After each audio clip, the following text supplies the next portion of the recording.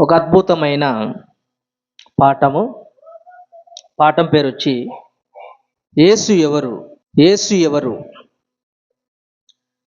అండి, క్రీస్తును అంగీకరించి క్రీస్తు ఎవరో తెలుసుకొని క్రైస్తవులు పిలబడుతున్న వారికి కూడా క్రీస్తు ఎవరు, యేసు ఎవరు అన్నది అర్థం అవ్వలేదు. అందుకే యేసు ఎవరు, యేసుక్రీస్తు వారు ఎవరు, ఆయన ఏంటి, ఆయన దేవునికి ఏమవుతాడు, యేసుక్రీస్తు వారు మనకేమవుతాడు, ఆయన స్థాయి ఏంటి, ఆయన దైవత్వం ఏంటి, ఆయన పుట్టుక ఏంటి, పరలోకములో ఆయన హోదా ఏంటి అన్నది మనం ఒక్కొక్కటిగా బైబిల్ గ్రంథంలో నుంచి ఆలోచిద్దాం ప్రియులారా. యేసుక్రీస్తు వారు అనగానే క్రైస్తవులకు అర్థమైంది ఏంటంటే 33 సంవత్సరాలు ఈ లోకంలో బ్రతికాడు. బెత్లెహేమ ప్రాంతాల్లో, నజరేత్ అనే ప్రాంతంలో, యెరూషలేము అనే ప్రాంతంలో సంచరించి దేవుని కుమారుడుగా పిలువబడ్డాడు. కన్యమూర్తి అయిన మరియమ్మ గర్భాన వచ్చిన లోకరక్షకుడు అని ప్రపంచానికి అర్థమైంది. అంటే యేసు ఎవరనగానే ఇంతవరకే సమాజానికి, క్రైస్తవ్యానికి అర్థమైందన్న సంగతి మనకు తెలుసు. మన బైబిల్లోనికి వెళ్ళి పరిశీలించగలిగితే ఇంతకు యేసు ఎవరు, ఆయన ఉనికి ఏంటి, కొన్ని పాయింట్లు మనం ఆలోచిద్దాం. అందులో మొదటి పాయింట్ ఏంటంటే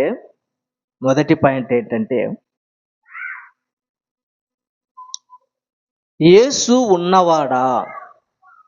ఏంటి మొదటి పాయింట్? యేసు ఉన్నవాడా. ఈరోజు క్రైస్తవ్యాన్ని మనం పరిశీలించగలిగితే క్రీస్తు విషయమైపై సరైన అవగాహన లేక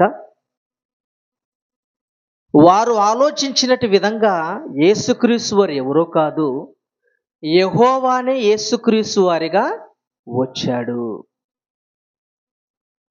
అంటే యెహోవానే యేసుక్రీస్తు వారిగా కనిపించాడు, యెహోవానే యేసుక్రీస్తు వారిగా ప్రత్యక్షమయ్యాడు అని బోధిస్తూ ఉన్నారు. ఇదిగో యెహోవా ఉన్నవాడు గనక యేసుక్రీస్తు వారు కూడా ఉన్నవాడే. మనం పోయిన వారం ఆలోచించాం, కొలస్సీ పత్రికలో మనం చూసాం కదా, పోయిన వారము ఉన్నవాడు అని. అయితే యేసుక్రీస్తు వారు కూడా ఉన్నవాడేనా అన్నది మనం బైబిల్లోకి వెళ్ళి ఆలోచించగలిగితే ప్రకటన గ్రంథం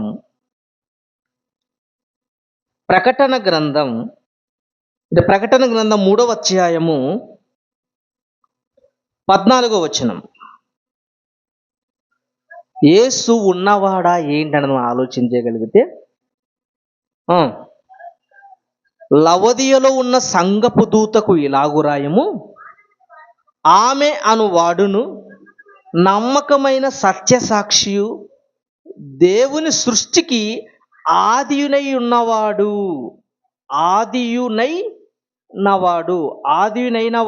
చెప్పు సంగతులేవనగా. ఎవరి గురించి రాయబడిన మాట ఇది? యేసుక్రీస్తు వారి గురించి రాయబడిన మాట. యేసుక్రీస్తు వారు ఎలా ఉన్నాడంట? దేవుని సృష్టికి ఆదియునైనవాడు అంటే దేవుడు ఏదైతే కలగజేశాడో, యెహోవా తండ్రి ఏదైతే కలగజేశాడో, ఆ కలగజేయబడిన వాటిలో ఆది ఎవరంట? యేసుక్రీస్తుల వారు. ఇదిగో నేను ఆదియునై ఉన్నాను అంటే కలగజేయబడిన వాటిలో మొదట వాడను నేను. ఏంటి? మొదట వాడను నేను. తండ్రి ఏదైనా కలగజేశాడా అనుకుంటే ఆ కలగజేయబడిన మొదటిలో నేనున్నవాడు, నేను కలగజేయబడిన వాడను, నేను ఉన్నవాడను. ప్రియులరా, యెహోవా ఒక్కడు. ఆయన ఎవరు? మన కన్న తండ్రి. ఆయన ఆయన నామం ఏమంట? ఉన్నవాడు. ఉన్నవాడంటే యెహోవా లాంటి వారు ఎవరే కానీ లేరు. కానీ ఈరోజు మన వాళ్ళు కూడా యెహోవా ఎలా ఉన్నవాడు, యేసుక్రీస్తు కూడా ఉన్నవాడే. కానీ యేసుక్రీస్తు యెహోవా మాదిరిగా ఉన్నవాడు కాదు, ఉన్నవానిలో నుంచి వచ్చినవాడు. ఉన్నవాడైన తండ్రి అయిన యెహోవాలో నుంచి వచ్చిన వాడే యేసుక్రీస్తుల వారు. ఇంకొక మాట చూద్దాము. కొలస్సీ పత్రిక కొలస్సీ పత్రిక కొలస్సీ పత్రిక మొదట 15. ఆయన అదృశ్య దేవుని స్వరూపి అయి సర్వ సృష్టికి ఆది సంభూతుడై ఉన్నాడు. ఎలా ఉన్నాడంట? సర్వ సృష్టికి ఆది సంభూతుడై ఉన్నాడు. ఆది సంభూతుడై ఉన్నాడంటే దేవుడు కలగజేసబడిన వాటిలో ప్రథముడు ఎవరంట? యేసుక్రీస్తుల వారు. దేవుడు కలగజేసిన వాటిలో ఆది సంభూతుడు. ఆది సంభూతుడు అంటే మొదటగా పుట్టినవాడు, మొదటగా ఉన్నవాడు. ఎవరు? యేసుక్రీస్తుల వారు. ఆది సంభూతుడు. ఏముంది ఇక్కడ? ఆది సంభూతుడు అంటే దేవుని సృష్టిలో మొదటవాడు యేసుక్రీస్తుల వారు. దేవుని సృష్టిలో మొదట ఉన్నవాడెవరు? యేసుక్రీస్తుల వారు. ఆది సంభూతుడు అంటే యేసుక్రీస్తు వారు దేవుడు కలగజేయబడిన వాటిలో ఎవరంట? మొదటివాడు. మొదటివాడు మొదటివాడు అనగా దేవునిలో నుంచి వచ్చినవాడు. యెహోవా ఎవరు? ఉన్నవాడు. ఉన్నవాళ్ళ నుంచి వచ్చినవాడు ఏమవుతాడు? ఉన్నవాడే అవుతాడు. ఏంటి? ఉన్నవానిలో నుంచి వచ్చినవాడు ఎవరంట? ఉన్నవాడే. యెహోవా ఉన్నవాడు గనక ఆ ఉన్నవానిలో నుంచి వచ్చినవాడు ఎవరు? యేసుక్రీస్తుల వారు. ఉదాహరణకు ఒక బంగారు ఉంది, ఒక బంగారు ముద్ద. ఆ బంగారు ముద్దలో నుంచి కొంచెం భాగం వేరు చేసామనుకో, అదేమవుతుంది? అది కూడా బంగారము చిన్న ముద్ద. లేదంటే అది బంగారం ముద్ద కాదు, బంగారంలో ఉన్న తోరకే బంగారము, అది ఎండి సిల్వర్ అన్నాం అనుకో, ఏమంటారు? నిన్ని పిచ్చివాడు అంటారు. అంటే ఒక బంగారు ముద్దలో నుంచి కొంత బంగారం తీస్తే అది ఎంతన్నా కానీ, చిన్న గ్రాము కానీ కేజీ కానీ ఎంతన్నా కానీ అది బంగారమే అంటారు. అలాగే ఉన్నవానిలో నుంచి వచ్చిన యేసుక్రీస్తు వారు కూడా ఎవరు? ఉన్నవాడు. కాకపోతే దేవునికి పుట్టుక లేదు, ముగింపు లేదు, చావు లేదు. కానీ యేసుక్రీస్తు వారికి ప్రారంభం ఉంది. ఉన్నవానిలో నుంచి వచ్చినవాడు గనక ఇంకొక మాట చూద్దాం. ఎబ్రీ పత్రిక మొదటి అధ్యాయం 6వ వచనం. మరియు ఆయన భూలోకమునకు ఆది సంభూతిని మరలా రప్పించినప్పుడు దేవుని దూతలందరూ ఆయనకు నమస్కారము చేయవలెనని చెప్పుచున్నాను. ఎవరి గురించి రాయబడిన మాట ఇది? యేసుక్రీస్తు గురించి రాయబడిన మాట. ఇదిగో మరియు ఆయన భూలోకమునకు ఆది సంభూతిని మరలా రప్పించినప్పుడు ఎవరైనా ఆది సంభూతుడు. ఎవరైనా యేసుక్రీస్తు ఆది సంభూతుడు. దేవుడు కలగజేయబడిన వాటిలో మొదటివాడు ఎవరు? యేసుక్రీస్తుల వారు. అంటే యేసుక్రీస్తు వారు ఎవరంట? ఉన్నవాడు. ఉన్నవాళ్ళ నుంచి వచ్చినటువంటి ఉన్నవాడు. యెహోవా ఎప్పటి నుంచి అయితే ఉన్నాడో అప్పటి నుంచి యేసుక్రీస్తు వారు కూడా యెహోవాలో ఉన్నవాడు. ఉన్నవాడండి. యేసుక్రీస్తు వారికి ముగింపు అంతమేమీ లేదు. ముగింపు అంతం లేదండి. చూడండి ఒక మాట చూద్దాం. ప్రకటన గ్రంథం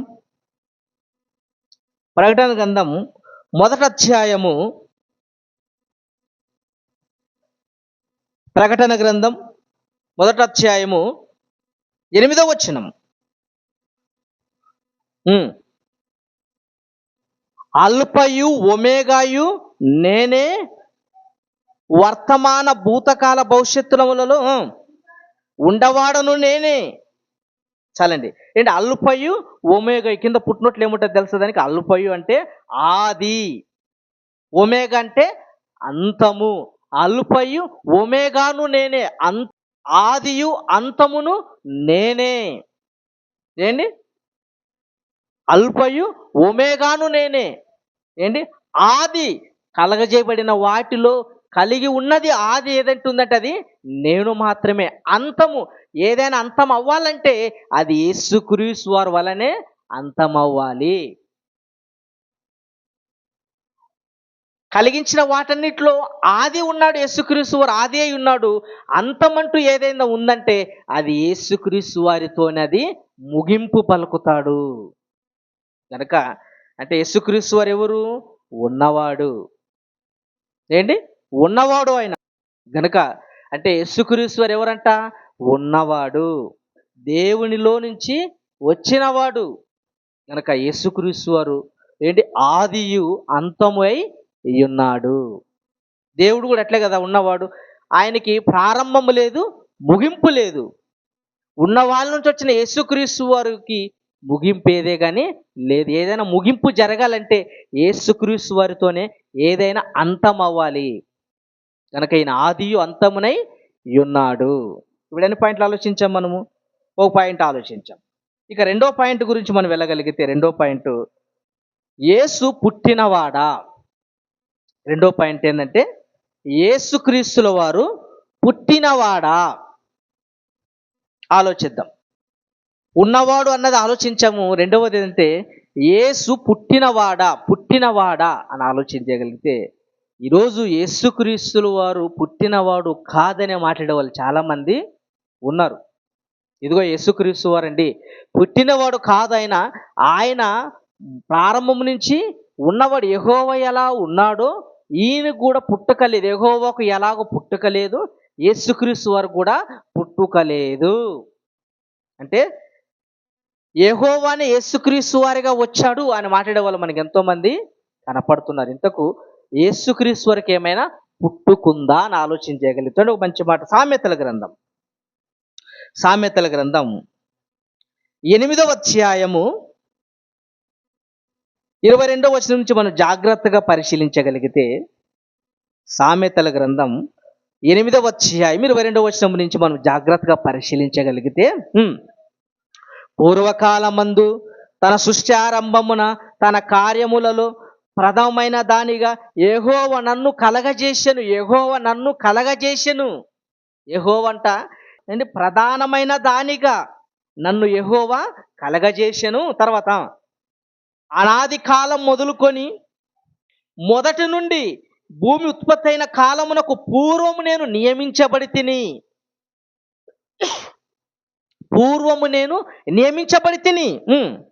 ప్రవాహ జలములు లేనప్పుడు, నీళ్ళతో నిండిన ఊటలు లేనప్పుడు నేను పుట్టి తిని. అండర్లైన్ చేసుకోండి. నేను పుట్టి తిని. ఎవరి గురించి రాయబడిన మాటది? యేసుక్రీస్తు గురించి రాయబడిన మాటది. కానీ చాలామంది ఈ మాటను చూపించి దీని గురించి ఏమంటారంటే అది యేసుక్రీస్తు గురించి రాయబడిన మాట కాదు, అది జ్ఞానం గురించి రాయబడిన మాట అంటారు. ఇంతకు ఏ జ్ఞానం అంటే అది లోక జ్ఞానము అంటున్నారు. మనోళ్ళకి అతి తెలివి ఎక్కువైపోయి ఇదిగో అక్కడ రాయబడిన మాట జ్ఞానం గురించి రాయబడిన మాట, యేసుక్రీస్తు గురించి రాయబడిన మాట కాదు. అయితే ఆ జ్ఞానం ఏదో కాదు, లోక సంబంధమైన జ్ఞానము. ఏంటి లోక సంబంధమైన జ్ఞానం గురించి దేవుడు రాయిస్తాడు? నేను పుట్టి తిని ప్రవాహ జలములు లేనప్పుడు, నీళ్లతో నిండిన ఊటలు లేనప్పుడు నేను పుట్టి తినండి. తర్వాత అండి, పర్వతములు స్థాపింపబడక మునుపు, కొండలు పుట్టక మునుపు, భూమిని దాని మైదానమును ఆయన చేయక మునుపు, నేల మట్టిని రవంతి సృష్టింపబడక మునుపు నేను పుట్టి తిని. ఒకవేళ ఇది జ్ఞానం అనుకుంటే, జ్ఞానం ఆయన బుద్ధి సర్వ జ్ఞానములు ఎవరెందుకు గుప్తమైనవి? యేసుక్రీస్తు వారు ఎందుకు గుప్తమైనవి? కొలసి పత్రికలు ఉంటుంది. జ్ఞానము బుద్ధి సర్వం ఎవరు ఎందుకు గుప్తమైనది? యేసుక్రీస్తు. అంటే జ్ఞానం అంటే ఎవరు? యేసుక్రీస్తుల వారు. అంటే యేసుక్రీస్తు వారు జ్ఞానం గురించి మాట్లాడుతూ నేను పుట్టి తిని అన్నిటికంటే ప్రారంభం పుట్టిన వాడను నేనే. అంటే యేసుక్రీస్తు వారు పుట్టాడు. నేను ఈ వచనంతో మనం ఆగిపోకూడదు. యేసుక్రీస్తు వారు దేవునికి పుట్టాడు అనడానికి ఎన్నో రెఫరెన్సులు బైబిల్ గ్రంథంలో ఉన్నాయి. చూడండి, ఒక్కొక్కటి చూద్దాం. యోహాను సువార్త 3వ అధ్యాయము ఏంటి యేసు పుట్టినవాడా అని ఆలోచన చేయగలిగితే 3వ అధ్యాయం 16వ వచనం. దేవుడు లోకమును ఎంతో ప్రేమించెను, కాగా తన అద్వితీయ కుమారునిగా పుట్టిన వాని యందు. ఇది ఎవరి గురించి రాయబడిన మాట? ఇది యేసుక్రీస్తు వారి గురించి రాయబడిన మాట. ఇక్కడ ఏమంటున్నాడు తెలుసా? పుట్టిన వాని యందు. పుట్టిన వాని అంటే యేసుక్రీస్తు వారు పుట్టాడా లేదా? పుట్టాడండి. యేసుక్రీస్తు వారు పుట్టినవాడు. మన తండ్రి అయిన యెహోవాకు మొదటి కుమారుడుగా పుట్టిన యేసుక్రీస్తు వారు మొదట పుట్టినవాడు, ప్రారంభము పుట్టినవాడు. ఇంకొక మాట చూద్దామా? కీర్తనల గ్రంథం, కీర్తనల గ్రంథం 2వ అధ్యాయము 7వ వచనం. కీర్తనల గ్రంథం 2వ అధ్యాయము 7వ వచనం. కట్టడలో నేను వివరించేదను, యెహోవా నాకు ఇలాగు సెలవిచ్చును, నీవు నా కుమారుడవు, నేడు నిన్ను కనియున్నాను. నీవు నా కుమారుడవు, నేడు నేను నిన్ను కనియున్నాను. కనియున్నాను ఎవరితో చెప్తున్న మాట ఇది? యేసుక్రీస్తు వారితో చెప్పబడుతున్న మాట. తండ్రి అంటున్నాడు, ఇదిగో నాయన, నేడు నేను నిన్ను కనియున్నాను, కనియున్నాను. కానీ చాలామంది దీన్ని ఏం వక్రీకరించారంటే, ఇది యేసుక్రీస్తు వారి గురించి రాయబడిన మాట కాదు. ఎవరి గురించి రాయబడిన మాట ఇది? దావీదు గురించి రాయబడిన మాట అంటున్నారు. ఏంటి ఎవరి గురించి రాయబడిన మాట అంటే ఇది? దావీదు గురించి రాయబడిన మాట కనుక యేసుక్రీస్తు వారి మాట, యేసుక్రీస్తు వారి గురించి కాదు, కానే కాదు అంటున్నారు. నేను కానే కదైతే మనం ఒకసారి కొత్త నిబంధనకు రాగలిగితే ఎబ్రీ పత్రిక 5వ అధ్యాయం 5వ వచనం. ఎబ్రీ పత్రిక 5వ అధ్యాయం 5వ వచనం. అటువలే క్రీస్తు కూడా ప్రధాన యాజకుడగుటకు తన్ను తానే మహిమపరుచుకొనలేదు గాని, నీవు నా కుమారుడవు, నేడు నిన్ను కనియున్నానని ఆయనతో చెప్పిన వాడే ఆయనను మహిమపరిచెను. ఇక్కడ ఎవరి గురించి రాయబడిన మాట ఇది? దావీదు గురించి అంటారా? కాదండి, యేసుక్రీస్తు వారి గురించి రాయబడిన మాట. ఏమంటాడు? ఇదిగో నేడు నిన్ను కనియున్నాను, కనియున్నాను, కనియున్నాను. అంటే యేసుక్రీస్తు వారు ఎవరు? పుట్టినవాడు. మన తండ్రి అయిన దేవునికి మొదట పుట్టినవాడు ఎవరైనా ఉన్నారంటే అది ఎవరు? యేసుక్రీస్తు వారు. అంటే యేసుక్రీస్తు వారికి ఏముంది? పుట్టుక ఉంది. ఆయన పుట్టినవాడు. ఆయన పుట్టినవాడు. ఎప్పుడు పుట్టినవాడు? అన్నిటికంటే ముందుగా పుట్టినవాడే యేసుక్రీస్తుల వారు. అన్నిటికంటే ముందుగా పుట్టినవాడే యేసుక్రీస్తుల వారు. గనక నేడు నేను నిన్ను కనియున్నాను, కనియున్నాను అన్నది ఎవరితో? మరలా ఇక్కడికి మెలుగు ఏం చెప్తారు తెలుసు? ఎబ్రీ పత్రికలు ఇది దేవదూతలతో మాడుతున్న మాట అంటారు. ఏంటి? దేవదూతలతో కాదండి. దేవదూతలతో ఏం చెప్పాడంటే, నీవు నా కుమారుడు, నేను నిన్ను కనినని మీతో ఎప్పుడైనా చెప్పానా అంటాడు. అంటే దేవదూతలతో ఎప్పుడైనా చెప్పలేదు. ఎందుకు? దేవదూతలు కుమారులు కాదు కాబట్టి. మరి ఎవరు కుమారులు? యేసుక్రీస్తు వారు పుట్టినవాడు గనక నేడు నేను నిన్ను కనియున్నాను, కనియున్నానని తండ్రి మాట్లాడుతున్న మాటలవి. దేవుడే నువ్వు నా కుమారుడు, నేను నిన్ను కనియున్నానంటే లేదు, యేసుక్రీస్తు వారు పుట్టలేదు అనేవాళ్ళు కనపడుతున్నారు. పిల్లలు ఇక ఎన్ని సందర్భాలు ఆలోచించాం మనము? 2 సందర్భాలు ఆలోచించాం. మొదటి, యేసు ఉన్నవాడా. రెండవది, యేసుక్రీస్తు వారు పుట్టినవాడా. ఇక తర్వాత 3వ సందర్భాన్ని మనం ఆలోచించగలిగితే, 3వ పాయింట్ ఆలోచించగలిగితే, యేసు లాంటి వారు ఎవరైనా ఉన్నారా? యేసు లాంటి వారు ఎవరైనా ఉన్నారా? ఎందుకంటే ముందు మనం యెహోవా ఎవరనే దాంట్లో ఏం నేర్చుకున్నాము? యెహోవా లాంటి వారు ఎవరే కానీ లేరు. ఇప్పుడు యేసు లాంటి వారు ఎవరైనా ఉన్నారా? యేసు లాంటి వారు ఎవరైనా ఉన్నారని ఆలోచన చేయగలిగితే, యేసు లాంటి వారు ఎవరైనా ఉన్నారని మనం బైబిల్ పరిశీలించగలిగితే, యోహాను సువార్త 1వ అధ్యాయము 18వ వచనం. ఎవడును ఎప్పుడైనను దేవుని చూడలేదు, తండ్రి రొమ్మునున్న అద్వితీయ కుమారుడే ఆయన బయలుపరిచెను. ఏంటి? యేసుక్రీస్తు వారు ఏమని సంబోధించాడు ఇక్కడ దేవుడు? ఏంటి యోహాను గారు ఏమని రాస్తున్నాడంటే ఇక్కడ అద్వితీయ కుమారుడే. అద్వితీయ అంటే అర్థమేంటి తెలుసా? ఆయన లాంటి వారు ఎవరే కానీ లేరు. అద్వితీయుడు అంటే ఆయన లాంటి వారికి వేరేది ఎవరే కానీ లేరు. ఏంటి? అద్వితీయ అద్వితీయ కుమారుడు, అద్వితీయ కుమారుడే అంటే అద్వితీయుడు అంటే ఆయన లాంటి వారు ఎవరే కానీ లేరు. ఇంకొక మాట చూద్దామా? యోహాను సువార్త 3:16 ఇందా చదువుకున్నమాట. యోహాను సువార్త 3:16 దేవుడు లోకమును ఎంతో ప్రేమించెను కాగా ఆయన తన అద్వితీయ కుమారుడు అంటే అద్వితీయ కుమారుడు అంటే ఇలాంటి కుమారుడికి ఎవరే కానీ లేరు. అంటే యేసుక్రీస్తు వారు లాంటి వారు ఎవరే కానీ లేరు అని అర్థం. అద్వితీయ కుమారుడు అంటే అద్వితీయ అంటే మొదట పుట్టినవాడు. ఆయన లాంటి వారు ఎవరే కానీ లేరు. అద్వితీయ అంటే అలాంటి వస్తువుకి అలాంటిది వస్తువుకి వేరే వస్తువు లేదు అని అర్థం. కనుక అద్వితీయ కుమారుడు అంటే యేసుక్రీస్తు వారు లాంటి వారు ఎవరే గనిక లేరు. కనుక యేసుక్రీస్తు వారు లాంటి వారు ఎవరైనా ఉన్నారంటే ఆయన లాంటి వారు ఎవరే కానీ లేరు అన్నది మనకి అర్థమైపోయింది. ఇక నాలుగో పాయింట్ మనం ఆలోచించగలిగితే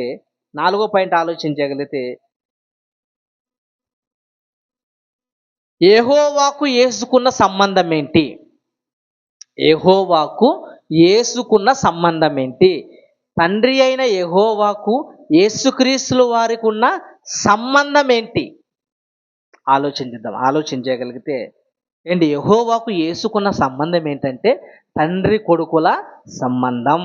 యేసుక్రీస్తు వారు దేవునికి కుమారుడైతే తండ్రి ఏమవుతాడు? యేసుకు తండ్రి అవుతాడు. అంటే యేసుక్రీస్తు వారు దేవునికి పుట్టినవాడు గనక తండ్రి కొడుకుల బంధము. ఏంటి మనం అనుకుంటే సరిపోదు, బైబిల్లో ఉందో లేదో మనం చూడగలిగితే మత్తయి సువార్త 3:16 యేసు బాప్తీసం పొందిన వెంటనే నీళ్ళలో నుండి ఒడ్డునకు వచ్చెను, ఇదిగో ఆకాశము తెరవబడెను, దేవుని ఆత్మ పావురము వలె దిగి తన మీదికి వచ్చుట చూచెను, మరియు ఇదిగో ఈయనే నా ప్రియ కుమారుడు, ఈయనే నా ప్రియ కుమారుడు. ఎవరి గురించి మాడుతున్న మాట అది? మన తండ్రి, పరలోకమందున్న తండ్రి యెహోవా భూమి మీద ఒడ్డున ఉన్న యేసుక్రీస్తు గురించి రాయబడుతున్న మాట. ఇదిగో ఈయనే నా కుమారుడు అంటే తండ్రి యేసుక్రీస్తు ఏమని సంబోధిస్తున్నాడు అక్కడ? ఈయన నా కుమారుడు, నా ప్రియ కుమారుడు అంటే యెహోవాకు యేసుక్రీస్తు ఏమవుతాడు? కుమారుడవుతాడు. ఏమవుతాడు? కుమారుడవుతాడు. అంటే దేవునికి యేసుక్రీస్తుకు ఉన్న సంబంధం ఏంటి? కుమారుడ బంధము. ఇంకో మాట చూద్దామా? చూడండి, మత్తయి సువార్త, యోహాను సువార్త. ఇందాక మత్తయి సువార్త చూసాం కనుక ఇప్పుడు యోహాను సువార్త 5:18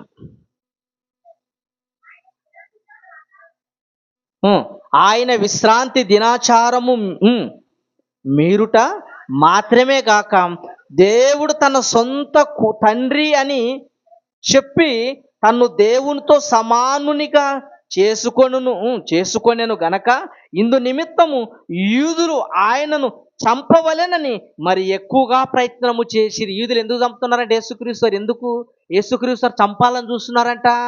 యేసుక్రీస్తు ఏమని చెప్పుకున్నాడు? ఆయన నా సొంత తండ్రి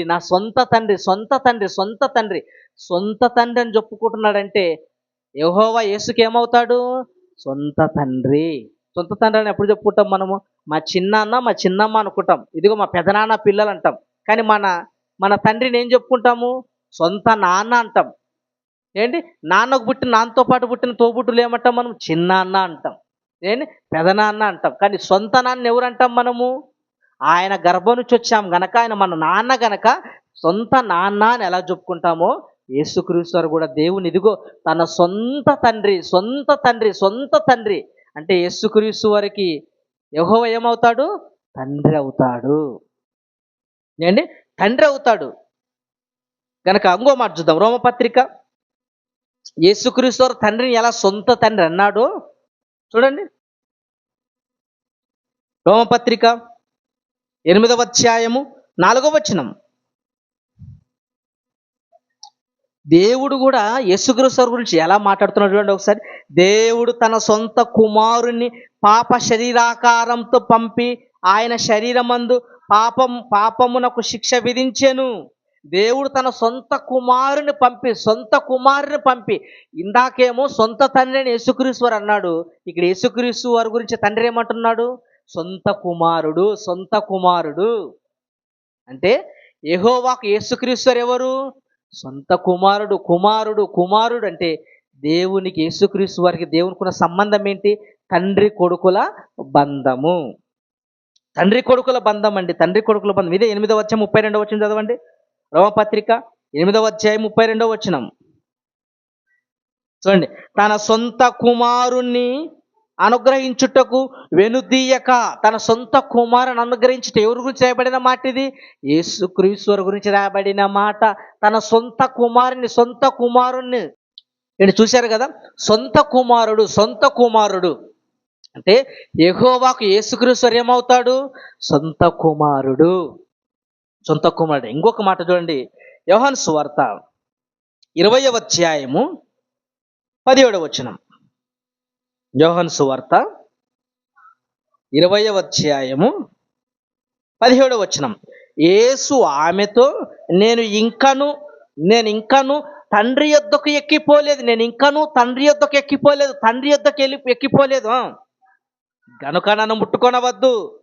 అయితే సహోదరుల యొద్దకు వెళ్ళిన నా తండ్రియు మీ తండ్రియు, నా దేవుడును మీ దేవుడునైన వాని యొద్దకు ఎక్కిపోవుచున్నానని వారితో చెప్పాను. ఇదిగో అమ్మ, నన్ను ముట్టుకోవద్దు. నేను ఇంకా తండ్రి యొద్దకు వెళ్ళలేదు. తండ్రి యొద్దకు వెళ్ళలేదు అంటే యేసుక్రీస్తు వారు యెహోవాను ఏమని పిలిచాడు? ఆయన తండ్రి అని పిలిచాడు. ఏమని పిలిచాడు? తండ్రి. అందుకే యేసుక్రీస్తు వారు ప్రార్థన చేసిన, ప్రసంగం బోధించిన, ఏది చేసినా పరలోకమందున్న మా తండ్రి. ఇదిగో నేను ఆ తండ్రి యొద్దకు వెళ్ళిపోవాలి. మన తండ్రి ఉన్నాడే, ఆయన దగ్గరికి నేను వెళ్ళిపోవాలి అంటే యెహోవాకు యేసుక్రీస్తు వారు ఏమని సంబోధించాడు? ఈయన నా సొంత కుమారుడు అన్నాడు. యేసుక్రీస్తు వారు కూడా ఈయన నా సొంత తండ్రి అన్నాడు. అంటే తండ్రి కొడుకుల బంధము. కనుక యెహోవాకు యేసుకున్న సంబంధం ఏంటి? తండ్రి కొడుకుల సంబంధము. ఏంటి ఇంకోటి? యోహాను సువార్త 14వ అధ్యాయం 28వ వచనం. యోహాను సువార్త 14వ అధ్యాయం 28వ వచనం. ఏంటి చాలా రిఫరెన్సులు ఉంటాయి, చాలా జాగ్రత్తగా రాసుకోండి. నేను వెళ్ళి మీ యొద్దకు వచ్చి తినని మీతో చెప్పిన మాట మీరు వింటిరి కదా. తండ్రి నాకంటే గొప్పవాడు గనుక మీరు నన్ను ప్రేమించిన ఎడల నేను తండ్రి యొద్దకు వెళుచున్నాను. ఏంటి? తండ్రి నాకంటే గొప్పవాడు. ఏంటి? తండ్రి గొప్పవాడవుతాడా? కుమారుడు గొప్పవాడవుతాడా? తండ్రి గొప్పవాడు. ఏంటి? కుమారుడు కంటే గొప్పవాడు ఎవరు? తండ్రి గొప్పవాడు అవుతాడు తప్ప కుమారుడు గొప్పవాడు కాలేదు. కనుక ఇక్కడ ఏమంటున్నాడు? ఇదిగో నా తండ్రి గొప్పవాడు, ఆయన దగ్గర నేర్చుకున్నవే నేను మీకు బోధించాను. అంటే యేసుక్రీస్తు వారు తండ్రి అని పిలిచాడు. ఆ తండ్రి నాకంటే గొప్పవాడు. కనుక ఏంటి? యెహోవాకు యేసుకున్న సంబంధం ఏంటి? తండ్రి కొడుకుల సంబంధం. ఎన్ని పాయింట్ ఆలోచించి ఇప్పటి వరకు మనము 4 సందర్భాలు ఆలోచించాం. యేసు ఉన్నవాడంటే యేసుక్రీస్తు వారు ఉన్నవాడిలో నుంచి వచ్చిన ఉన్నవాడు. ఆది అంతమునై ఉన్నాడు యేసుక్రీస్తు వారు. రెండవది, యేసుక్రీస్తు వారు పుట్టినవాడంటే యేసుక్రీస్తు వారు దేవునికి మొదట పుట్టిన కుమారుడు. మొదట పుట్టిన కుమారుడు. ఇక మూడో పాయింట్ ఏంటంటే, యేసు లాంటి వారు ఎవరైనా ఉన్నారంటే యేసుక్రీస్తు వారు లాంటి వారు ఎవరే కానీ లేడు. ఆయన అద్వితీయ కుమారుడు. ఇక నాలుగో పాయింట్, యెహోవాకు యేసుకున్న సంబంధం ఏంటంటే యెహోవాకు యేసుకున్న సంబంధము తండ్రి కొడుకుల బంధము. ఇక ఐదో పాయింట్ మనం ఆలోచించగలిగితే యేసుకు మనకున్న సంబంధం ఏంటి? ఇందాక యేసుకు తండ్రికి ఉన్న సంబంధం ఏంటి ఆలోచించాం కనుక ఇప్పుడు యేసుక్రీస్తు వారికి మనకున్న సంబంధం ఏంటి? అని ఆలోచించగలిగితే చూడండి, యోహాను సువార్త 20వ అధ్యాయము 17వ వచనం. యోహాను సువార్త 20వ అధ్యాయము 17వ వచనం. ఇందాక చదివిన మాట. యేసు ఆమెతో, నేను ఇంకనూ తండ్రి యొద్దకు ఎక్కిపోలేదు గనక నన్ను ముట్టుకొనవద్దు. అయితే నా సహోదరుల యొద్దకు వెళ్ళి, నా సహోదరుల యొద్దకు అండర్లైన్ చేసుకోండి, నా సహోదరుల యొద్దకు వెళ్ళి, వచ్చిన ఆమెతో ఏం చెప్తాడు యేసుక్రీస్తు వారు? నా సహోదరు యొద్దకు వెళ్ళండి. నా సహోదరులు ఎవరు? నా సహోదరులు శిష్యులను ఏమంటున్నాడు ఆయన? సహోదరులు అంటున్నాడు. తన శిష్యులను ఏమని, అపోస్తులను ఏమని ఏమని సంబోధిస్తున్నాడు యేసుక్రీస్తు వారు? అపోస్తులను శిష్యులను ఏమంటాడంటే నా సహోదరులు, నా సహోదరులు. యేసుక్రీస్తు వారి శిష్యులు సహోదరులు అయినప్పుడు యేసుక్రీస్తు వారు ఏమవుతాడు? సహోదరులకి ఏమవుతాడు? అన్నవుతాడు. నా సహోదరుడు, సహోదరుడు అంటే ఒక ఉదరం నుంచి వచ్చిన వారము, ఒక పొట్టలో నుంచి వచ్చిన వారము, ఒక తండ్రిలో నుంచి వచ్చిన వారమే అన్నదమ్ములు అంటారు. ఏమంటారు? చదవడమ్మా. నా సహోదరులతో వెళ్ళుము, నా తండ్రియు పరలోకమందున్నాడే ఆయన ఎవరు తెలుసు? యెహోవా. నా తండ్రియు మీ తండ్రి, మీ తండ్రి వచ్చినాంత అంటుంది, వచ్చినాంత అంటున్నాడు యేసుక్రీస్తు వారు. ఇదిగో నా తండ్రి మీ తండ్రి, నా తండ్రి మీ తండ్రి. ఆయన తండ్రి అయినప్పుడు మనకేమవుతాడు? ఆయన తండ్రి, పరలోకం తండ్రి అయినప్పుడు యేసుక్రీస్తు వారు ఏమవుతాడు? సహోదరుడు. ఆయన సహోదరులమే మనము. అంటే యేసుక్రీస్తు వారు పుట్టిన వారిలో జ్యేష్ఠుడు. ఆయన తండ్రికి పుట్టిన వారిలో యేసుక్రీస్తు వారు ఎవరు? జ్యేష్ఠుడు. ఎక్కడుందమ్మా చూడండి, రోమపత్రిక 8వ అధ్యాయం 29వ వచనం. రోమపత్రిక 8వ అధ్యాయం 29వ వచనం. నేను జాగ్రత్తగా వినండి, జాగ్రత్తగా ఆలోచించండి. ఎందుకనగా తన కుమారుడు అనేక సహోదరులు, ఎందుకనగా తన కుమారుడు అనగా ఎవరు? యేసుక్రీస్తుల వారు. చూడండి, తన కుమారుడు అనగా యేసుక్రీస్తుల వారు అనేక సహోదరులు ఎవరు? మనమే. మనమే. మనమంట జ్యేష్ఠుడగునట్లు, సహోదరులందరిలో జ్యేష్ఠుడగునట్లు దేవుడు ఎవరిని ముందుగా ఎరిగను. చాలండి. అంటే యేసుక్రీస్తు వారు ఎవరంట? జ్యేష్ఠుడు, జ్యేష్ఠ సంతానము. దేవునికి యేసుక్రీస్తు వారు జ్యేష్ఠ సంతానం, మొదట కుమారుడు. జ్యేష్ఠుడని ఎవరినంటాం మనము? మొదట పుట్టిన వారిని జ్యేష్ఠుడు అంటాం. మొదట పుట్టిన వారిని జ్యేష్ఠుడు అంటాం. మన ఇంట్లో పెద్దోడు ఉన్నాడు అనుకో, అతను ఏమంటాం మనము? ఇదిగో మొదట పుట్టినవాడు జ్యేష్ఠుడు కనుక నా పెద్ద కుమారుడు అంటాడు నాన్న. ఇదిగో నా చిన్న కుమారుడు అంటాడు. కనుక ఇప్పుడు యేసుక్రీస్తు వారు దేవుని పుట్టిన వారిలో జ్యేష్ఠుడు ఎవరంట? యేసుక్రీస్తు వారు జ్యేష్ఠ కుమారులైతే తర్వాత వచ్చిన వారమే మనమందరము. కనుక మొదట పుట్టిన యేసుక్రీస్తు వారు మనకి ఏమవుతాడు? సహోదరులు అన్నాడంటే మనం ఎవరు? ఆయనకి తమ్ముళ్ళము. కనుక అన్న అనవచ్చా? అనవచ్చండి. కానీ మనకంటే ముందు పుట్టాడు కనుక అన్న అనొచ్చు. కానీ ఈరోజు మనపై నిందలేమేస్తారట. వీళ్ళు యేసుక్రీస్తు వారి అన్న అంటాడు, అన్న అంటాడు. మరి మొదట పుట్టినవాడు అన్న అనక ఏమంటారు చెప్పండి? తండ్రికి జ్యేష్ఠుడు అయినప్పుడు, మొదట పుట్టిన మనందరికంటే మొదట పుట్టినవాడు జ్యేష్ఠుడు అయినప్పుడు మనం అన్న అనక ఏమంటాం? ఏమండి? అయితే అన్నాని పిలవచ్చా? పిలవచ్చు. అయితే ఆయన మనకంటే గొప్పవాడు. యేసుక్రీస్తు మనకంటే గొప్పవాడు. మనం పాపము ద్వారా లేనిపోయిన సమస్యలను ముగించుకొని మన దైవత్వాన్ని, దైవ లక్షణాలు మనం కోల్పోయాం కనుక యేసుక్రీస్తుతో మనం సమానులము కాదు. ఎందుకంటే ఆయన నాలో పాపం ఉన్నదని ఎవరైనా నిరూపించగలడంటే యేసుక్రీస్తు వారు ఏమీ లేదు, పాపము లేదు. ఆయన దైవత్వాన్ని కోల్పోలేదు, దైవ లక్షణాలు ఆయనలో ఉన్నాయి కనుక ఆయన మనకంటే గొప్పవాడు. మనకంటే గొప్పోడండి. గనక యేసుక్రీస్తు వారు తండ్రికి ఎలా పుట్టాడో మనము కూడా పుట్టిన వాళ్ళము దేవునికి. అయితే మనకంటే జ్యేష్ఠ కుమారుడు యేసుక్రీస్తు వారు కనుక మనం, ఆయన మనకంటే ముందు పుట్టినవాడు కనుక మనం అన్నాన్ని పిలవచ్చు. కానీ అన్నాన్ని పిలవాలంటే ఆయన మనకంటే గొప్పవాడు కనుక ఆయన్ని దేవుడు అని మనం సంబోధించాలి, ప్రభువా అని మనం ఆయన్ని సంబోధించాలి. అంతే కదండి. మన ఇంట్లో ఎవరికైనా మన పెద్దవాని ఉద్యోగం వచ్చిందనుకో, అంతవరకు అన్న అన్న అని పిలుస్తాం. తర్వాత పెద్ద కలెక్టర్ జాబ్ వచ్చిందనుకో ఏమంటాం? మనం గౌరవిస్తాం. ఇదిగో కలెక్టర్ గారు, ఇదిగో సార్ అని ఎలా మనం గౌరవిస్తాం. అలా యేసుక్రీస్తు దైవ లక్షణాలు పోలేదు కనుక, ఆయన గొప్పవాడు కనుక, మనకంటే గొప్ప స్థాయిలో ఉన్నాడు కనుక మనం ఎలా పిలవాలి? అన్నాన్ని పిలవకూడదు. కానీ అన్నాన్ని పిలిస్తే తప్పేమీ కాదు. అన్నాన్ని పిలిస్తే తప్పేమి కాదండి. ఆయన మనకంటే జ్యేష్ఠుడు, ముందుగా తండ్రికి పుట్టినవాడు. ఇప్పటివరకు ఎన్నాళ్ళ పాయింట్ ఆలోచించాం మనము? 5 సందర్భాలు ఆలోచించాం. 5 పాయింట్లు మనము ఆలోచించాం. ఇక చివరిగా 6వ పాయింట్ గురించి ఆలోచించుకొని ముగించిన 6వ పాయింట్ ఏంటంటే, యేసుక్రీస్తు వారు దేవుడా కాదా? యేసుక్రీస్తు వారు దేవుడా కాదా? నేను ఆలోచన జరిగితే ముందుగా యేసుక్రీస్తు ఉన్నవాడని ఆలోచించాము, రెండవది యేసుక్రీస్తు పుట్టినవాడని ఆలోచించాము. యేసుక్రీస్తు వారు లాంటి వారు ఎవరైనా ఉన్నారని ఆలోచించాము. యేసుక్రీస్తు వారికి దేవునికి ఉన్న సంబంధం ఏంటో ఆలోచించాము. యేసుక్రీస్తు వారికి మనకున్న సంబంధం ఏంటో ఆలోచించాము. ఇప్పుడు యేసుక్రీస్తు వారు దేవుడా కాదా ఆలోచించగలిగితే, పిల్లరా, యేసుక్రీస్తు వారు చాలామంది ఇదిగో ఈ బైబుల్ ఓపెన్ యూనివర్సిటీ వాళ్ళు యేసుక్రీస్తు వారు దేవుడు అని ఒప్పుకోరండి అని మాడతారు. ఏం మాడతారు?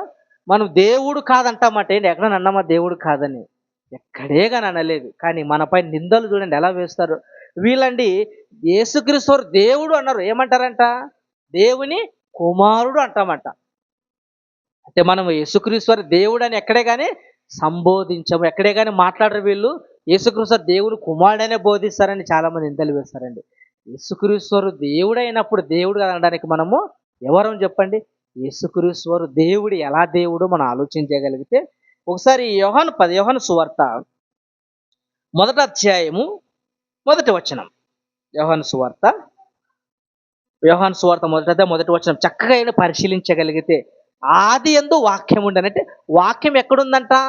ఆదిలోనే వాక్యము ఉండెను, ఆ వాక్యము దేవుని యొద్ద ఉండెను. ఏంటి వాక్యం ఎక్కడుందంట? ఆదిలోనే వాక్యం ఉందంట. ఆ వాక్యం ఎవరి యొద్ద ఉంది? దేవుని యొద్ద ఉంది. దేవుని యొద్ద ఉండెను, దేవుని యొద్ద ఉండెను, దేవుని యొద్ద ఉండెనా? దేవుని యొద్ద ఉండెను. ఆ వాక్యము దేవుడై ఉండెను. వాక్యం ఎలా ఉందంట? దేవుడై ఉండెను. దేవుడై ఉండెనంటే వాక్యం అనగా ఎవరు? యేసుక్రీస్తుల వారు. వాక్యం అనగా యేసుక్రీస్తు. ఇప్పుడు వాక్యం కాడ యేసుక్రీస్తు పెట్టి చదవండి, ఎంత బాగుంటుంది. వాక్యం ప్లేస్లో యేసుక్రీస్తు పెట్టి చదవండి ఒకసారి. ఆది యందు యేసు ఉండెను, యేసు దేవుని యొద్ద ఉండెను, యేసు దేవుడై ఉండెను. ఎంత బాగా వచ్చింది చూడండి. అంటే యేసుక్రీస్తు ఎవరు? దేవుడు. యేసుక్రీస్తు దేవుడు. ఏంటి యేసుక్రీస్తు ఎవరు? దేవుడు. యేసుక్రీస్తు ఆది యందు ఉండెను, యేసు దేవుని యొద్ద ఉండెను, యేసు దేవుడై ఉండెను. అంటే యేసు దేవుడా కాదా? దేవుడు. కింద మాట, కింద చూడండి. ఆ వాక్యం అంట ఏమొచ్చింది చూడండి, కింద 14వ వచనం. ఇది 14వ వచనం. పై మాటలో వాక్యం అన్నాడు. ఆ వాక్యమే శరీరధారి అయి కృపాసత్య సంపూర్ణుడుగా మన మధ్య నివసించెను. ఎవరు గురించి రాయబడిన మాట ఇది? యేసుక్రీస్తు వారి గురించి రాయబడిన ఆ వాక్యమే శరీరాన్ని ధరించుకొని 33 సంవత్సరాలు మన మధ్య నివసించాడు. అంటే వాక్యం అంటే ఎవరు? యేసుక్రీస్తు వారు. యేసుక్రీస్తు వారు ఎవరంట? దేవుడు. దేవుడు అండి, దేవుడు. ఆది యందు వాక్యం ఉండెను, వాక్యము దేవుని యొద్ద ఉండెను, వాక్యము దేవుడై ఉండెను. అంటే వాక్యం ఎవరు? దేవుడు. కనుక యేసుక్రీస్తు వారు ఎవరు? దేవుడు. దేవుడు కాదనడానికి ఎవరు అండి మనం? దేవుడు కాదు యేసుక్రీస్తు అనడానికి ఎవరు మనం?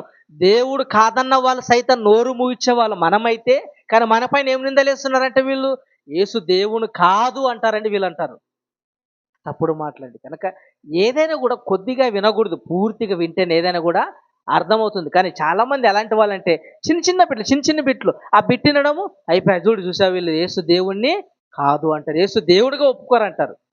కనుక యేసుక్రీస్తు ఎవరు? దేవుడు. ఒక వాక్యంతోనే కదా, ఎన్నో రెఫరెన్స్లు చూడగలిగితే మనము. రోమపత్రిక 9వ అధ్యాయం 5వ వచనం. రోమపత్రిక 9వ అధ్యాయం 5వ వచనం. పితరులు వీరివారు శరీరమును బట్టి క్రీస్తు వీరిలో పుట్టెను. క్రీస్తు వీరిలో పుట్టిన ఎవరిలో పుట్టాడు? శరీరమును బట్టి. మన పితరుల నుంచి వచ్చాడాయన, యూదా గోత్రం నుంచి వచ్చాడాయన. యూదా గోత్రం వంశావళి నుంచి వచ్చిన వాడెవరు? యేసుక్రీస్తు వారు. చదవండి అన్నమాట. ఈయన అనగా ఎవరు? క్రీస్తు శరీరమును బట్టి క్రీస్తు వీరిలో పుట్టెను. ఆ పుట్టిన క్రీస్తు అంట ఈయన సర్వాధికారి అయిన దేవుడై ఉండి. ఎవరంటే ఈయన సర్వాధికారి అయిన దేవుడై ఉండి. అంటే యేసుక్రీస్తు వారు ఎవరు? దేవుడు. యేసుక్రీస్తు వారు ఎవరండి? దేవుడు. గనక యేసుక్రీస్తు వారు దేవుడు అని ఎన్నో మాటల్లో రాయబడుతుంటే, యేసుక్రీస్తు వారు దేవుడు కాదనడానికి మనం ఎవరం చెప్పండి? కనుక యేసుక్రీస్తు వారు ఎవరు? దేవుడు. ఇంకొక మాట చూద్దామా? ఇంకొక మాట తీతు పత్రిక 2వ అధ్యాయం 13వ వచనం. తీతు పత్రిక 2వ అధ్యాయం 13వ వచనం. అనగా మహాదేవుడును మన రక్షకుడునైన యేసుక్రీస్తు మహిమ యొక్క ప్రత్యక్షత కొరకు ఎదురు చూచుచు. ఏంటి ఏం రాయబడింది ఇక్కడ? అనగా మహాదేవుడు. ఆ మహాదేవుడు ఎవరో కాదు, ఎవరైనా మన రక్షకుడైన యేసుక్రీస్తు. అంటే యేసుక్రీస్తు వారు ఎవరైనా మహాదేవుడు. దేవుడు దేవుడు దేవుడు. ఎన్నో చోట్ల దేవుడు దేవుడు అని రాయబడుతుంటే ఇదిగో వీళ్ళు దేవుడు కాదంటారంటే ఏమర్థమైందండి బైబిల్ వాళ్ళకి? కనుక యేసుక్రీస్తు వారు ఎవరు? దేవుడు. కొంతమంది ఉన్నారండి యేసు దేవుడు కాదు కుమారుడని అంగీకరించే వాళ్ళు చాలా మంది ఉన్నారు. ఏంటి యేసుక్రీస్తు వారు దేవుని కుమారుడు ప్లస్ ఎవరైనా దేవుడు. ఎబ్రీ పత్రిక 1వ అధ్యాయం 8వ వచనం.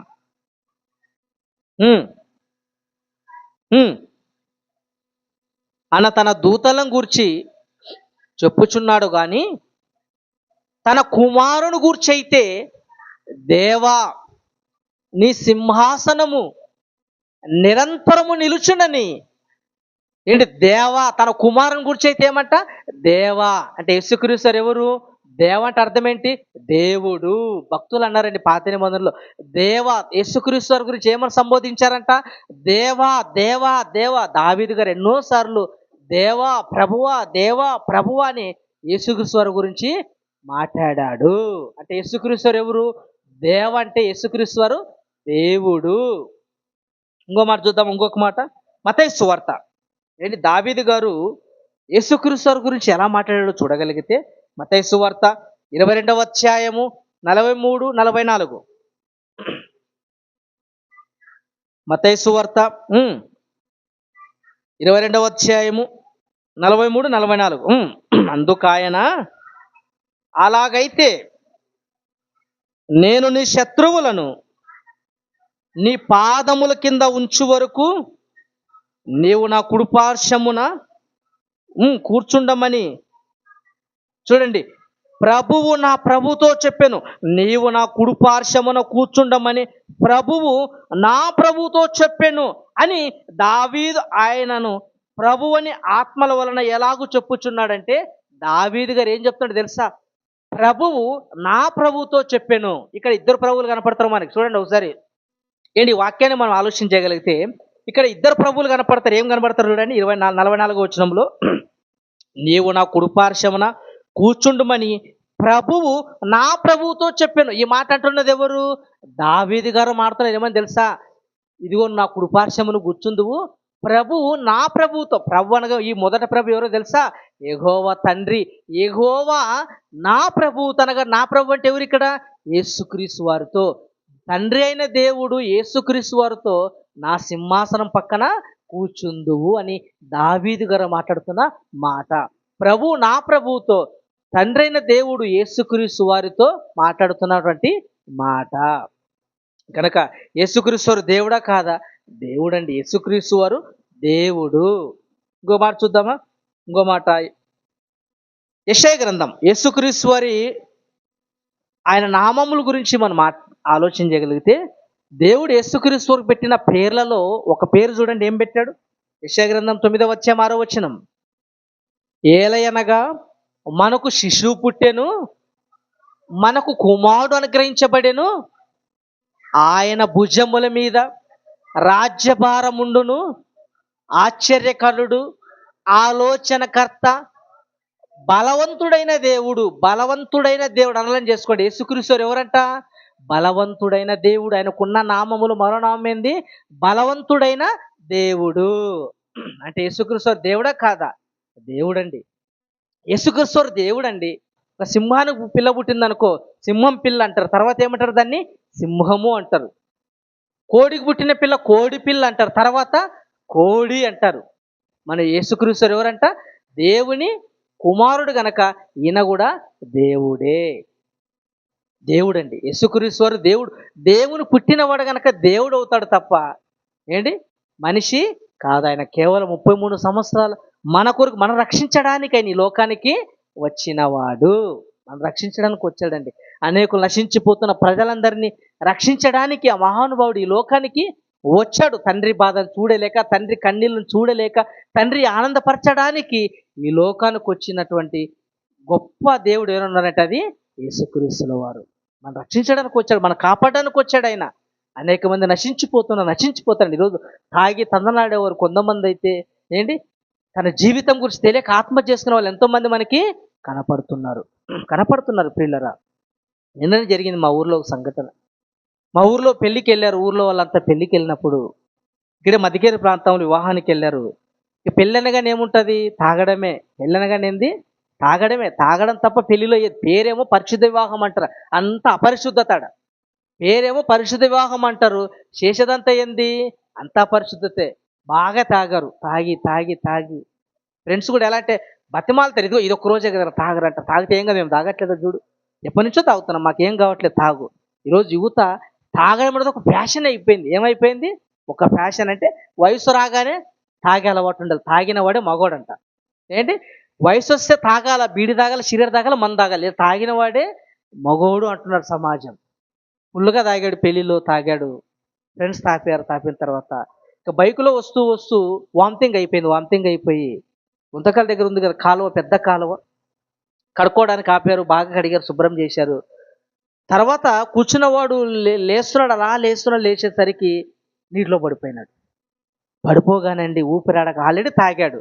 ఇక మిగిలిన వాళ్ళు అంటారా, వాళ్ళు కూడా అందరికీ మత్తు ఉంది, అందరూ ఫుల్గా తాగారు. ఇక వాళ్ళు ఎలాగైనా రక్షిద్దామని దూకారు, కానీ వాళ్ళ వల్ల అవ్వలేదు. కాలువలో పడిపోయాడు. అలా మునుగుతూ కాపాడండి కాపాడండి అరుస్తున్నాడు, కేకలేస్తున్నాడు. ఎవరి వల్ల అవ్వలేదు. చివరికి మునిగిపోయి ప్రాణాల్ని వదిలేశాడు. ఇప్పుడు అలా మరణించామంటే కారణం ఏంటి, నువ్వు తాగడం వల్ల. నువ్వు తాగడం వల్ల అప్పటి వరకు ఆనందమేమో కానీ అలా తాగడం వల్ల నష్టం తప్ప లాభాలనేవేమీ ఉండవండి. ఇప్పుడు తాగి చనిపోవడం వల్ల కుటుంబానికి కన్నీళ్ళు మిగిల్చాడు, కుటుంబం అంతా రోదనతో మునిగిపోయింది, ఊరు వాళ్ళంతా దుఃఖములో మునిగిపోయారు. నువ్వు తాగడం వల్ల నీకు నష్టము తప్ప కుటుంబానికి ఎలాంటి లాభము ఉండదు. నువ్వు బాగా తాగి చచ్చిపోయావు అనుకో, నీ భార్య పిల్లలు అనాథలు చేసి వెళ్ళిపోతావు, నీ పిల్లలు తండ్రి లేని వాడిగా రోడ్డు పైన వదిలేస్తావు, నీ భార్యకు భర్త లేని వాడిగా రోడ్డు పైన వదిలేసి వెళ్ళిపోతావు. అంటే ఒక తాగడం వల్ల నీకు ప్రమాదమే, కుటుంబానికి కూడా ప్రమాదమే. కనుక తాగి జీవితాన్ని అర్ధాంతరంగా మూచుకోకూడదు. దేవుడిచ్చిన కాలం వరకు, ఆ కాలం వరకు నష్టమైన సుఖమైన లాభమైన బ్రతికి వెళ్ళిపోవాలి. మనము వెళ్ళిపోవాలి. కనుక యేసుక్రీస్తు ఎవరంట, ఆయన దేవుడు. దేవుడు. చాలామంది ఏమంటారంటే పుట్టినవాడు దేవుడు ఎలా అవుతాడండి, పుట్టినాడంట దేవుడు ఎలా అవుతాడు, పుట్టినవాడు దేవుడు ఎలా అవుతాడు అంటే పుట్టినవాడు దేవుడు అవ్వకూడదా? ఇప్పుడు ఒక మాట ఆలోచన చేయండి. యేసుక్రీస్తు పుట్టాడు కనుక, యేసుక్రీస్తు మనిషి కుమారుడుగా వచ్చాడు కనుక మనిషి కుమారుడు అనే సంబోధించారు. దేవుడు కుమారుడు అని సంబోధించారు తప్ప ఆయన దేవుడు కాదు అంటున్నారు. అంటే పుడితే దేవుడు కాదని ఎలా మాట్లాడుతున్నారంటే పుట్టినవాడు దేవుడు కాదు. ఒకవేళ యేసుక్రీస్తు పుట్టకనగానే కేవలం ఈ భూమి మీద పుట్టుక అనుకుంటున్నారు. కానీ ఇక్కడ పుట్టక మునిపి యేసుక్రీస్తు పుట్టినవాడండి. యేసుక్రీస్తు భూమి మీదకి రాక మునుపు ఆయన ఎన్నో సందర్భాల్లో పాత నిబంధనలు కనిపించాడు లేదా? కనిపించాడండి. ఉదాహరణకు నోవాహు కాలములో యేసుక్రీస్తు వాళ్ళ మధ్యకి ఎలా వెళ్ళిపోయాడంట, ఆత్మరూపిగా వెళ్ళాడు. చూడండి ఒకసారి మాట చూడండి. పేతురు రాసిన మొదటి పత్రిక 3వ అధ్యాయము 19-20 వచనాలు. 3వ అధ్యాయము 19-20. దేవుని దీర్ఘశాంతము ఇంకా కనిపెట్టుచున్నప్పుడు పూర్వము నోవాహు దినములలో ఓడ సిద్ధపరచుచున్నప్పుడు అవిధేయులైన వారి యుద్ధకు, అనగా చెరలో ఉన్న ఆత్మల యుద్ధకు ఆయన ఆత్మరూపిగా వెళ్ళి వారికి ప్రకటించానంటే యేసుక్రీస్తు వారు ఎక్కడండి, ఈ భూమి మీదకి రాకమునుపు నోవహు కాలంలో ఎలా వెళ్ళాడంటే ఆయన ఆత్మరూపిగా వెళ్ళాడు. అంటే యేసుక్రీస్తు పుట్టినప్పుడు ఎలా దేవుడుగా ఉన్నప్పుడు పిలువబడ్డాడు, ఆయన పుట్టక మునుపు కూడా ఆయన పరలోకములో దేవునితో సమానుడుగా ఆయన ఉన్నాడు. సమానంగా ఎన్నో రెఫరెన్స్లు ఉన్నాయి. దేవునితో ఇదిగో నేను సమానంగా విడిచిపెట్టి కూడా భాగ్యమని ఎంచుకొని, ఇదిగో తండ్రి నాకు మొదట ఏ మహిమ అయితే ఉన్నదో ఆ మహిమ నాకు ప్రసాదించుము అంటే దేవుడు యేసుక్రీస్తు ఎలాంటి స్థానాన్ని ఇచ్చాడు, సమానమైన స్థానము. ఇదిగో నాయన నువ్వు దేవుడు, ఇదిగో సమానమైన స్థానం. సమానమైన స్థానం గనక యేసుక్రీస్తు వారు ఏంటి భూమి మీదకి రాకమునుపు కూడా ఏంటైనా దేవుడుగానే ఉన్నాడు. అందుకే మనం ఇందాక చదువుకున్న యోహాను సువార్తలో ఆదియందు వాక్యం ఉండని వాక్యం దేవుని అంటే ప్రారంభంలో ఎవరుగా పిలువబడ్డాడు? ఆయన దేవునిగా పిలువబడ్డాడు. ఈ భూమి మీదకి రాకమునిపై ఆయన దేవుడు కనుక యేసుక్రీస్తు వారు ఎవరు? దేవుడు. ఏంటి యేసుక్రీస్తు వారే దేవుడు కదండి. మనం కూడా ఎవరు? మనం కూడా దైవాలమే. కాకపోతే మనం ఎలా దైవత్వాన్ని కోల్పోయాం. మనం పాపాలను చేసి అహింస చేసి అన్ని ఏ విధమైతే దుర్మార్గం పనులు చేసి దైవపు లక్షణాలు మనం కోల్పోయిన వారం గనక మనలో పాపం ఉంది గనక మనం దైవాలుగా మారలేకపోతాం. పుట్టిన మనం దైవాలమే కానీ దైవత్వాన్ని మనము కోల్పోయాం. చూడండి కీర్తనల గ్రంథం ముగించుకుందాం. దేవుడు మన గురించి ఏం మాట్లాడాడు చూడండి ఒకసారి. కీర్తనల గ్రంథం కీర్తనలు 22వ అధ్యాయం 1వ వచనం. దేవుని సమాజములో దేవుడు నిలిచి ఉన్నాడు, దైవముల మధ్య ఆయన తీర్పు తీర్చున్నాడు. దైవముల మధ్య అనేది దైవాలు ఎవరి మధ్య తీర్పు తీరుస్తున్నాడు? దేవుడు. మనమే దైవాలం. కాకపోతే దైవత్వ లక్షణాలు మనము కోల్పోయిన వారము. మన పుట్టుక దేవుని నుంచి వచ్చిన వారం కనుక మనం కూడా ఎవరిమి? మనం కూడా నిత్యులము, మనం కూడా దేవుళ్ళము. కాకపోతే దైవపు లక్షణాలు మనము కోల్పోయిన వారము. మనం నిత్యులమండి.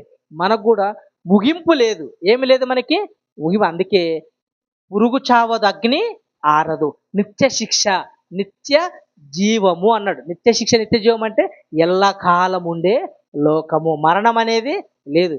దేవదూతలకే మరణం లేదండి. దేవదూతలు మరణం ఉందా? మాట వల్ల కలిగిన దేవదూతలు దేవుడు ఏం చేశాడు? వాటిని అంతం చేయకుండా ఏం చేశాడు? వాటిని శిక్షలోనికి పంపించాడు అండి. దేవదూతలే కటిక చీకటిగా బిలంలోనికి తోసేశాడంటే దేవుని గర్భం నుంచి వచ్చిన మనకి అంతం ఉందా? అంతము లేదండి. మనం కూడా నిత్యులము. యేసుక్రీస్తు కూడా నిత్యుడు. అయితే మనకు ముగింపు అనేది లేదు. నిత్య శిక్ష, అగ్ని ఆరదు, పురుగు చావదు. కనుక మనం దైవపు లక్షణాలు కోల్పోయాం. అందుకే మరలా మీరు తిరిగి దైవపు లక్షణాలు పొందుకోవాలంటే ఏం చేయమన్నాడు తెలుసా? యోహాను సువార్త ముగించుకుందాం. యోహాను సువార్త 10వ అధ్యాయం 35వ వచనం. యోహాను సువార్త 10వ అధ్యాయం 35వ వచనం. లేఖనము నిరర్ధకము కాని ఎడల కానేరదు కదా, దేవుని వాక్యము ఎవరికి వచ్చునో వారే దైవములని చెప్పిన ఎడల. చలండి ఏంటి వాక్యం ఎవరికి వచ్చిన వాళ్ళు ఎవరు? వాళ్ళే దైవములు. దైవాలండి మనం. కాబట్టి దైవపు లక్షణాలు మనము కోల్పోయిన వారం. దేవుని వాక్యం ఎవరికైతే వస్తుందో వాళ్ళ దైవాలు. ఏంటి వాక్యం ఎవరన్నా చదువుకున్నాం మనము? వాక్యము దేవుడు అనుకుంటే ఆ దేవుని వాక్యం మనలోకి వస్తే మనం ఏమైపోతాము? మనం కూడా దైవాలుగా మారిపోతాం. కనుక మనం కూడా దైవాలుగా మారిపోవాలంటే వాక్యాన్ని బాగా చదువుకోవాలి, వాక్యాన్ని బాగా నేర్చుకోవాలి, దైవపు లక్షణాలు మనం తిరిగి మరలా పొందుకోవాలి. కనుక యేసు ఎవరు? యేసు ఎవరంటే యేసు ఉన్నవాడు, ఉన్నవాళ్ళ నుంచి వచ్చినటువంటి ఉన్నవాడు, ఆది అంతమునై ఉన్నాడు. తర్వాత పాయింట్ ఏంటి? యేసు పుట్టినవాడంటే యేసుక్రీస్తు పుట్టినవాడు, దేవునికి కుమారుడు. ఇక మూడో పాయింట్ ఏంటి? యేసు దేవునికి ఏమవుతాడంటే యేసు దేవునికి కుమారుడు అవుతాడు. యేసుక్రీస్తు వారు ఆయన తండ్రి అవుతాడు. యెహోవా యేసుకు తండ్రి అవుతాడు. ఇక నాలుగో పాయింట్ ఏంది? యేసుకు మనకున్న సంబంధం ఏంటంటే ఆయన మనకున్న సంబంధం, మనకు ఆయన సహోదరుడు, మనకంటే ముందుగా పుట్టిన జ్యేష్ఠుడు. యేసుక్రీస్తు వారు లాంటి వారు ఎవరైనా ఉన్నారంటే యేసుక్రీస్తు వారు లాంటి వారు ఎవరే కానీ లేడు. అద్వితీయ కుమారుడు ఆయనే మొదటివాడు. ఆయన లాంటి వారు ఎవరే కానీ లేరు. యేసుక్రీస్తు వారు దేవుడా కాదంటే యేసుక్రీస్తు వారు దేవుడని ఎన్నో మాటలు రాయబడ్డాయి. కనుక పిల్లరా ప్రార్థన చేసుకుందాం. దయగలిగిన మా తండ్రి, అద్భుతమైన పాఠాన్ని నేర్చుకున్నాం, ఆలోచించాం నాయన. యేసు ఎవరనే తండ్రి వాక్యాన్ని పరిశీలించి మరీ పూర్ణముగా నాయన బైబిల్లో ఉన్నది ఉన్నట్లుగా ఆలోచించాం, నేర్చుకున్నాం.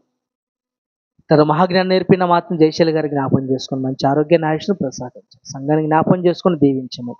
మీ కుమారుడు మా రక్షకుడైన యేసుక్రీస్తు నామములో ప్రార్థన అడుగుచున్నాం తండ్రి.